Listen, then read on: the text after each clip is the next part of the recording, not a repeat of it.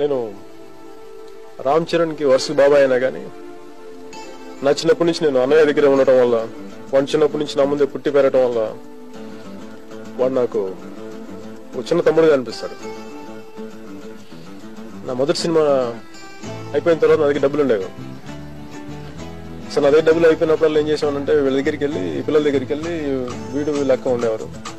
వీళ్ళ దగ్గర మా వదిన ఇచ్చే డబ్బులు అప్పుడప్పుడు 10, 20, 30 అట్లా. నేను వాళ్ళ దగ్గర మళ్ళీ ఇచ్చేస్తాను నీకు వడ్డీ కిందని చెప్పి వాళ్ళ దగ్గర డబ్బులు తీసుకుని వాడేసుకుంటా ఉండేవాడు. ఆ వాడేసుకున్న డబ్బులు నేను ఎప్పుడు ఇవ్వలేదు, ఇప్పుడు దాకా కూడా ఇవ్వలేదు. వాళ్ళు దాని మీద ఎప్పుడు నాతో ఫైట్ చేస్తూ ఉండేవాళ్ళు. ఆఖరి ఆల్మోస్ట్ వాళ్ళు చిన్న అలా ఖుషిగా కూడా వాళ్ళు నాతో ఫైట్ చేస్తున్నారు, డబ్బులు ఎప్పుడు ఇవ్వలేదు వాళ్ళకి అని చెప్పి. అలా చిన్నప్పటి నుంచి నేను చూసిన రామ్ చరణ్ కొన్ని ఈ మధ్యన లాస్ట్ ఒక 6 months బ్యాక్, 1 year బ్యాక్ వాడు ఎప్పుడు నాకు ఇంకా చిన్నగానే ఉండేవాడు. సడన్ గా వాడిని హీరో చేస్తున్నారు, ఇట్లా జగన్ దర్శకత్వంలో ఇలా దత్తుగా ప్రొడ్యూస్ చేస్తున్నారు అనగానే ఆనందం వేస్తుంది. వీడి హీరో ఇక్కడ ఎప్పుడైనా అని కూడా అనిపించింది. కానీ ఈ సినిమా మొదలు పెట్టక ముందే చరణ్ లైఫ్ లో ఒక చిన్న ఇన్సిడెంట్ జరిగింది. కానీ ఆ ఇన్సిడెంట్ మామూలుగా ఎవరైనా జీవితంలో జరిగితే జనరల్గా వాళ్ళ బాధ్యతలు వదిలేసి అక్కడి నుంచి వెళ్ళిపోతారు. కానీ చరణ్ మటుకు ఎవరు లేకపోయినా కానీ, చుట్టుపక్కల సపోర్ట్ ఎవరు లేకపోయినా కానీ, ఒక్కడే ఆ సిచ్యువేషన్ నుంచి పారిపోకుండా ఎంతో బాధ్యతగా, ఎంతో నిజాయితీగా, ఎంతో ధర్మంగా వాడు దాన్ని హ్యాండిల్ చేసిన విధానం చూసి నాకు ఆ రోజు నాకు నా మనసులో వాడు హీరో అయిపోయాడు. అసలు నిజంగా నాకు ఇలా వాడి వ్యక్తిత్వం వచ్చింది నాకు ముందు.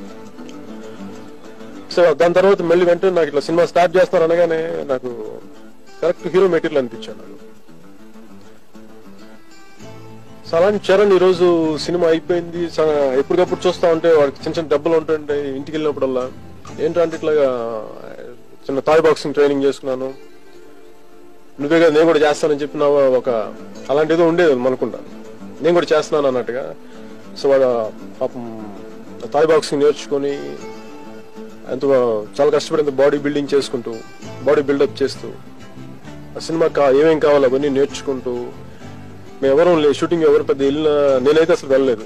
మా ఇంట్లో అన్నయ్య వాళ్ళు కూడా ఎవరి కాలంలో షూటింగ్ లో ఉండటం వల్ల ఎవరు వాడి పక్కన ఎవరు లేరు. జనరల్గా మొదటి సినిమా అనగానే ఎవరో ఒకరు ఉంటే బాగుంటుంది. అలాగే వాడు ఒక్కడే ఎవరు లేకపోయినా కానీ మా ఇంట్లో నుంచి వాడు ఒక్కడే అలా అందరితో కలిసిమెలిసి అందరితో చక్కగా ఉంటూ ఆ సినిమా అయిపోయి ఈ రోజున రిలీజ్కి వచ్చింది అనగానే అసలు ముందు నాకు అంత ఫాస్ట్గా అయిపోయింది అనిపించేస్తుంది. సో అలాంటి చరణ్ కోసం ఇన్ని పరిశ్రమల నుంచి, తెలుగు తమిళ కన్నడ పరిశ్రమ నుంచి కూడా, అలాగే హిందీ చిత్ర పరిశ్రమ నుంచి శ్రీ అమితాబ్ గారి నుంచి వచ్చే దీవెనలు చూస్తూ నిజంగా చాలా ఆనందంగా ఉంటుంది. నా నుంచి కూడా మొదటి ఒక బాబాయ్గా కంటే కూడా ఒక అన్నయ్యగా వాడు మనస్ఫూర్తిగా ఎదగాలని కోరుకుంటూ, మనస్ఫూర్తిగా ఉజ్వలమైన భవిష్యత్తును సాధించాలని కోరుకుంటున్నాను. అలాగే ఈ రోజున ఈ సినిమా ఇలాగా వెంటనే రిలీజ్కి వచ్చింది. రేపు రిలీజ్ అనగానే ముందు నాకు జనం వాడిని ఎలా చూస్తారు, ఏమనుకుంటారు వాడి గురించి ఒక చిన్న ఆతృత ఉంటుంది. ఎందుకంటే మాకు తెలుసు వాడి పడ్డ కష్టం ఏంటి, నా కష్టం జనంకి ఎంతవరకు అందుతుంది, జనం ఎలా ప్రతిస్పందిస్తారు అని చెప్పి ఒక చిన్న ఆతృతగా నేను కూడా ఎదురు చూస్తాను. అలాగే నేను ఒక వాడు బాబాయ్గా, వాడు అన్నయ్యగా, అంటేగా దానికంటే కూడా నేను కూడా చిత్ర పరిశ్రమ నాకు ఎలా చెప్పుకోవాలి తెలియదు నా గురించి. ఒక మేబీ హీరో సో నాకు కూడా అతనికి మనస్ఫూర్తిగా స్వాగతం పలుకుతున్నాను చరణ్కి. నాకైతే మనస్ఫూర్తిగా శుభాకాంక్షలు చెప్పడానికి అవకాశం ఉంది. అలా చెప్పలేని ఎంతో మంది అభిమానులు ఉన్నారు, చిరంజీవి గారిని అభిమానించే చాలా మంది ఉన్నారు. కోట్ల మంది తరపున మనస్ఫూర్తిగా రామ్ చరణ్కి స్వాగతం పలుకుతున్నాను.